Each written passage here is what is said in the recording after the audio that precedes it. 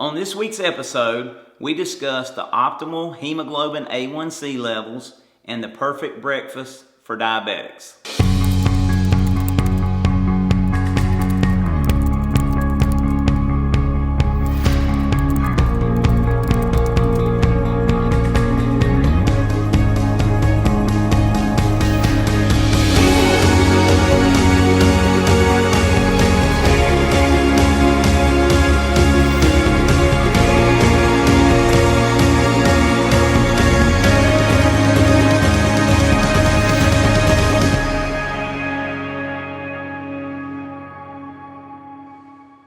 Hi, and welcome to episode 10 of the Lifestyle Construction Show.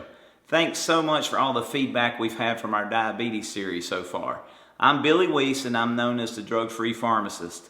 And the diabetes series has been very exciting because it is so prevalent today, and y'all have done a great job in sending in questions, and we're going to get to a couple of those today. But first, I'm very excited to announce that we have 2 free introductory classes to the Lifestyle Construction program coming up. The first one is on June the 18th, that's a Saturday, and Thursday, June the 23rd.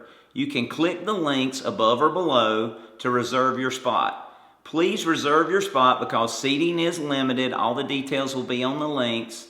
And please remember that if you're a couple, each person needs to sign up with their email address. Let's get to the first question this week. The first question comes from Annette. Annette asks, if we are looking at A1C, what level would you suggest? Annette, that's a great question because it leads right back to what I talked about last week in the fact that we don't want what is considered normal levels in America, but we want optimal levels. So the question on A1C, of course, falls right back to our glucose talk from last week. The A1C idea of being at 6 is really not an optimal level at all. Conventional wisdom says 5.7 to 6.4 is pre-diabetes, 5.7 to 6.4 on a hemoglobin A1C reading would be considered pre-diabetes, and above 6.4 would be diabetes. What we really want to shoot for is 5.4 or below, because that's where we get the benefit of really seeing the reduction in all the complications that come from diabetes. So what we're looking for in that is not 6.0, not approaching 6.0. If we get above 5.5, we need to start addressing it then so we can prevent the complications and prevent diabetes. The ironic part to me is that diabetics are actually considered normal at below 7.0. And so when we look at the tip of the week, I think you'll get an idea of why we're going for optimal levels of 5.4 or below.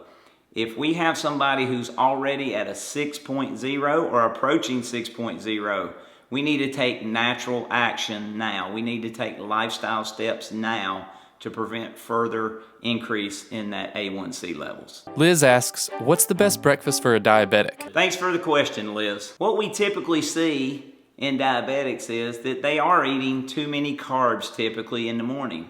And research shows that what we eat in the morning can certainly set our metabolism pattern for the day. So what we suggest for our diabetics and for everybody is to eat a high-fat, adequate protein breakfast with only quality carbs such as greens. So I'll give you some good examples. We want to make sure that we include a really high-quality fat such as coconut oil or grass-fed butter in that morning meal. And that could be something like scrambled eggs cooked in either our coconut oil or our grass-fed butter. And with that, we could have some sauteed spinach or some sauteed broccoli. Any of those types of green veggies would be fine.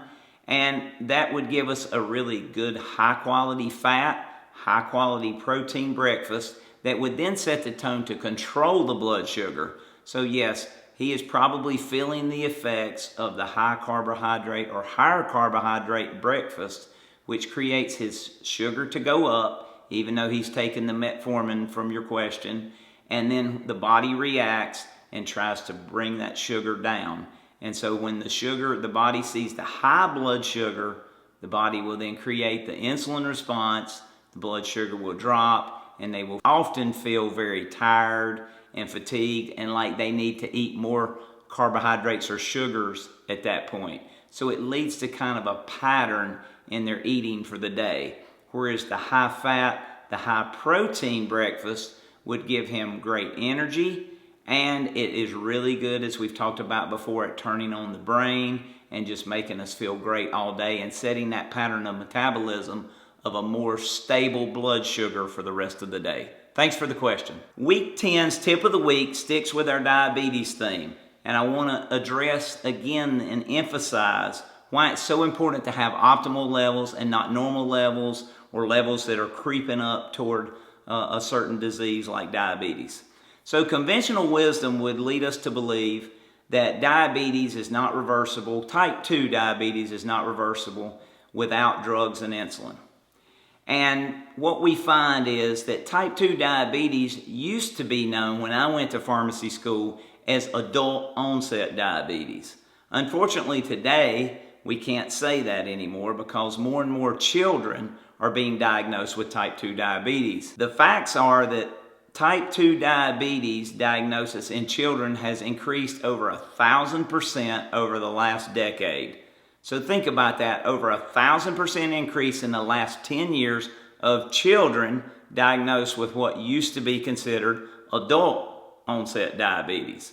So when we look at those figures, it's astronomical for me to think that 1 in 3 children born today will end up with type 2 diabetes. The Harvard School of Public Health did a study and shows that 91% of all type 2 diabetes can be prevented with lifestyle and dietary changes, the very things that we teach in the lifestyle construction program.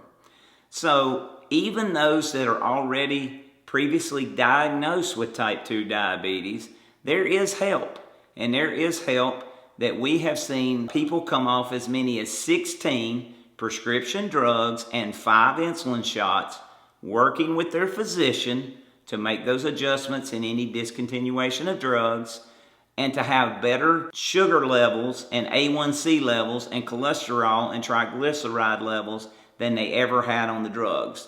The problem is that the ACORD study addresses the fact that although we may have people who are type 2 diabetics on drugs and insulin and different treatment options, those things don't really seem to have a big effect in reducing the risk of the complications that we talked about last week, like heart disease and nerve damage and kidney issues and memory issues such as dementia and Alzheimer's, whereas the lifestyle changes do. And that's where we get back to the A1C numbers. We consider in conventional thinking today that a diabetic having an A1C of below 7 is normal, when we know that the complications really start arising at above 5.4, 5.5 range. Those numbers unfortunately don't create an optimal health status for those diabetics. Whereas if we can make these lifestyle changes like we've done with the folks that are off the 16 meds and as many as 16 meds and 5 insulin shots, their A1Cs have come back to these optimal levels, and they don't have the complications of the side effects from the prescription drugs.